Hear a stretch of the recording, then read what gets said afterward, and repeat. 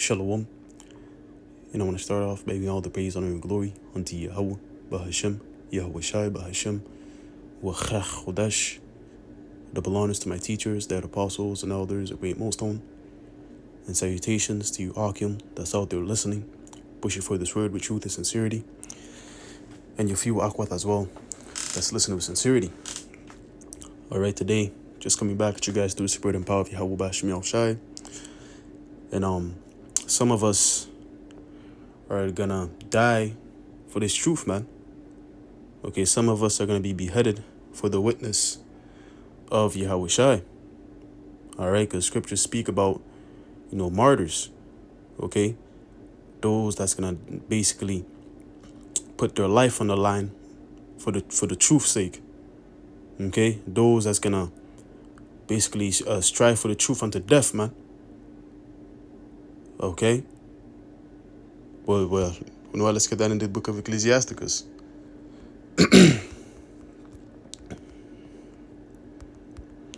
is the book of Ecclesiasticus 4, in verse 28. It says, strive for the truth unto death, and the Lord shall fight for thee. Okay? You have to strive for this, fight for this unto death, man, no matter the cause. If Esau threatens, I'm gonna do this to you, torture you, cut off your limbs, if you don't basically bow down to him, or take a C-hip, right? You have to fight, man. Okay? Because that's what the Lord requires. He wants a servant that's going to fight for the cause, man. Okay? Even if it means that you might die. Fuck it. Okay? Because you're going to get your life back again. Like scripture say, those that lose their life shall find it. We're here to lose our life, man. We're not here to gain it. What's there to live for on this side? Nothing. This kingdom is greatly polluted, man. Okay? It says here, Matthew 10 and verse 39, it says, he that findeth his life shall lose it, and he that loseth his life for my sake shall find it. That's facts. Okay? If you die for the cause sake, you're going to get your life back, man. You're going to live once more, man. That's not where your story ends. Okay? Matter of fact, that act of you putting your life on the line is going to be written about. You're going to read about yourself in the kingdom, your grandchildren, your kids. The nation's going to read about what you did. How that, when Esau came, he threatened you, threatened your family, threatened your life. You said, fuck it. You just took it like a champ and you died for YAHAWASHI, man. Because you know what it is. Okay? We're here to lose our life. We're not here to find it. So if it comes to the point that, hey, you have to put your life on the line, hey, so let it be. Because once more, hey, there's going to be some of us that's going to die for the cause, right? Because let's get this in Revelation 20 and verse 4. It says, and I saw thrones, and they sat upon them, and judgment was given unto them. And I saw the souls of them that were beheaded for the witness of YAHAWASHI, and for the word of Yahawah, and which had not worshipped the beast, neither his image, neither had received his mark upon their foreheads or in their hands. And they lived and reigned with YAHAWASHI 1,000 years. So clearly you can see here, there's going to be some of us that's going to be beheaded for the witness of YAHAWASHI. Okay? Apostle John saw this. He saw it. He saw in the video. He saw those that was beheaded. Esau's going to bring them guillotines, man. Devices that's built to just decapitate mans. Let's search that up on Google. Guillotines. I'll show you, man. How you write that? Guillotines.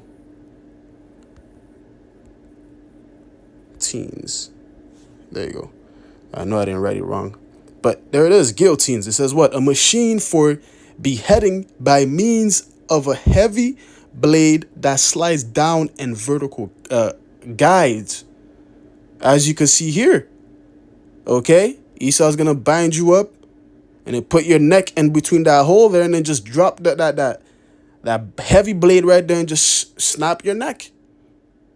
Because what? You have the testimony of YAHAWASHI. Here it is, you standing stiffly and saying, nah, bro, I know who my master is. I know who I'm going to serve. I'm not serving you. I'm not bowing down to you. I'm not taking your mark.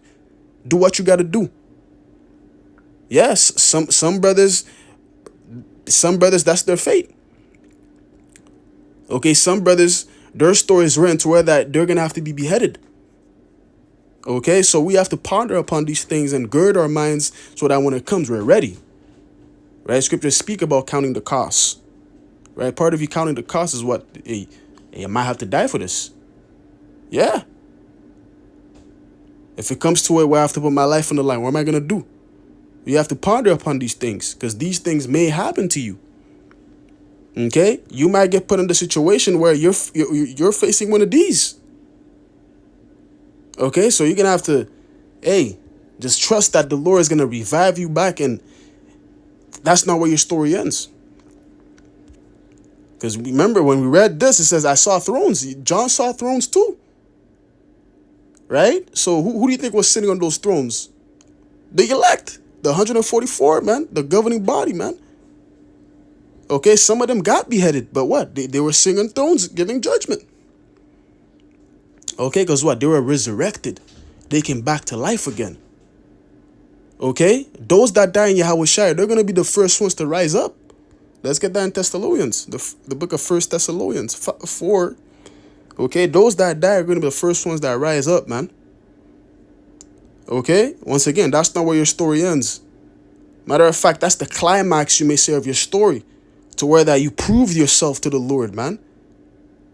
You prove your loyalty, who you're serving. Okay? This is 1 Thessalonians 4 and verse let's start at verse 15. It says, for this we say unto you by the word of the Lord, that we which are alive and remain until the coming of the Lord shall not prevent them that are asleep, meaning those that are dead. Okay? Even when you read the NLT, it says died. Okay, because when you're dead, you're simply asleep. You're in the spirit world. You're at rest. Okay? Verse 16, it says, for the Lord himself shall descend from heaven with a shout, with the voice of an archangel, and with the trumpet of Yahweh, and the dead in Hamashiach shall rise first. You see, the dead is going to rise first. When Yahushua comes back, the dead is going to rise first. Those that were beheaded, those that were tortured, and that died in the process, they're going to be the ones that's going to rise up first. Okay, and be glorified. All right, because they proved themselves. Okay, when it came to where they what's that precept where it says, we haven't striven unto blood yet? They strive unto blood and they prove themselves like, yeah, I know what I'm about. I ain't scared of you, nigga. You just could harm the body. You can't harm my soul. I only fear him that could kill body and soul in hell. I don't fear you. You're a mere peon. You're a mere peasant. Matter of fact, I'm going to come right back. I'm going to put you in chains and torture your ass, just like you did to me, times 10. Right? Because these things are going to happen. But it's a matter of you of enduring and taking that until the end, man. Then you're going to partake in that vengeance and get your lick back. Okay, verse 17, it says, then we which are alive and remain shall be caught up together with them in the clouds and meet the Lord in the air. And so shall we ever be with the Lord. Yeah, then afterwards, those that are alive, they're going to be caught up with those that rised up first that were dead. Because the Yahushua did say there's some standing here which shall not taste of death. So there's going to be some men, okay, that's not going to taste death. Matter of fact, they're just going to transition on to the next life. Okay? But every brother is not going to be the same thing. Certain brothers, hey, your path is leading towards death to where that's your form of glorifying the Lord. Okay? Putting forth an example to the rest and showing, yo, that's how you got to conduct yourself. Even if it comes to it, yo, look what I did. Follow my footsteps. Die for the cause if it may be. We have our different forefathers that did this. Eleazar, right? When he was confined in during the Greek Empire, when the Hellenization period, where they try to make us eat swine, right? Eleazar, he didn't want to eat swine. Rather, matter of fact, he chose to die. Okay, and put his death as an example to the rest. Let's get that real quick. I think it says like notable. Let me see. Let me write example. Let's get that real quick, because that's our forefathers, man. Our forefathers set the example of what to do when it comes to the laws, when it comes to YAHAWASHI, when it comes to the Lord. What to do when you're faced with death. And if there's no escape, the only escape is you taking the death. Take it. Okay? Don't put a spot on your soul. Don't put a spot on your flesh to where that, basically you're denying the Lord. Okay? So this is 2 Maccabees 6. I'm going to read verse 18, then jump down and get that example part. So this is like 2 Maccabees 6 and verse 18. It says, Eleazar, one of the principal scribes, an aged man and of a well-favored countenance, was constrained to open his mouth and to eat swine's flesh. So he was an elder amongst our people. He was well-favored. Okay, he was renowned amongst the congregation. Basically, he was kind of like a judge. That's why Esau went for him to constrain him to eat flesh, because he knows that the rest is going to follow his example. But what? Verse 19, it says, but he, choosing rather to die gloriously than to live stained with such an abomination, spit it forth and came of his own accord to the torment. And it behooved them to come that are resolute to stand out against such things as are not lawful to love, for love of life to be tasted. So he's like, yo, I'm gonna die. Fuck it, I'm not gonna eat this abomination and stain myself. He went willingly to be tormented. That's our forefather right there, man.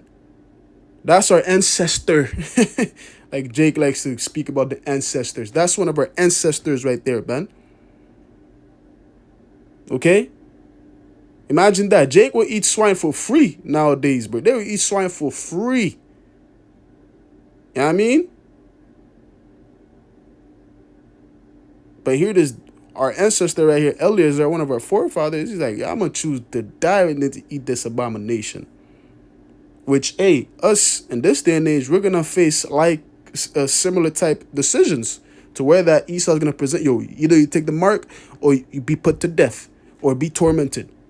Which path are we going to choose? Death or torment? Fuck it. Okay, because we know the judgment that comes with you taking that mark in your flesh, man. We know it. Revelation 14 and 9, Revelation 16 and 2. Okay? Hey, we don't want to partake in that. Right? So, hey, count the cost.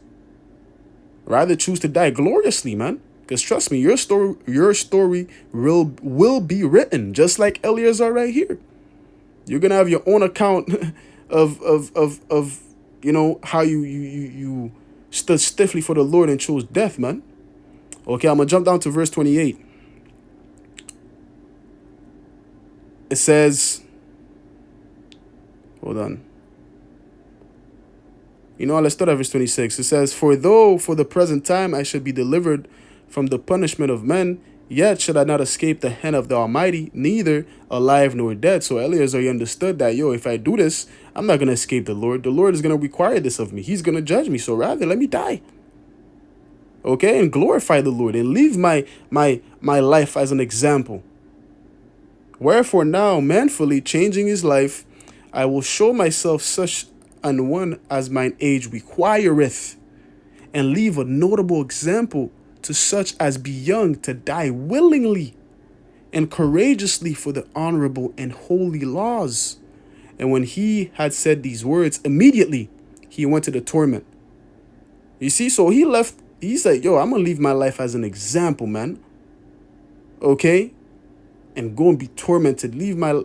Because here it is, I'm a elder. Okay, as my age requireth, I have to be an example unto the youth. Tell me, where's Jake today would go and die, you know what I'm saying, for not eating swine, man? Jake is through right now. Once again, don't eat swine for free. Showing you what type of mind that our people were in back then, man. Our people were more closer. They had a closer relationship with the Lord. They were more closer to their culture, to the laws. Now it's just, hey, we completely, like Jeremiah 17:4 says, we have discontinued, man. Okay, I'm going to jump down to verse 31. It says, and thus this man died, leaving his death as an example of a notable courage and a memorial of virtue, not only unto young men, but unto all his nation. That's straight fast, because till this day, we're reading about Eleazar, man. And using him as an example. Hey, if it comes to it where you have to put your life on the line, just do it. Because trust me, similar accounts like these are going to happen to us. We're going to be delivered up to judges and governors, and they're going to decide our fate. On this side, you may say, but really it's in the hands of the Lord, because that was the part of your story. Okay? Once again, some of us are going to have to die. Some of us are going to have to be martyrs. Die for a religious cause. Which is what? Dying for YAHAWASHI. Okay? And so with that, man, I'm going to close it off there. By giving all the praise, honor, and glory unto Yahweh, Bahashem, Yahawashi, Bahashem, Wachach, Udash. Lord willing, this lesson was edifying. Until next time, I'm going to say Shalom.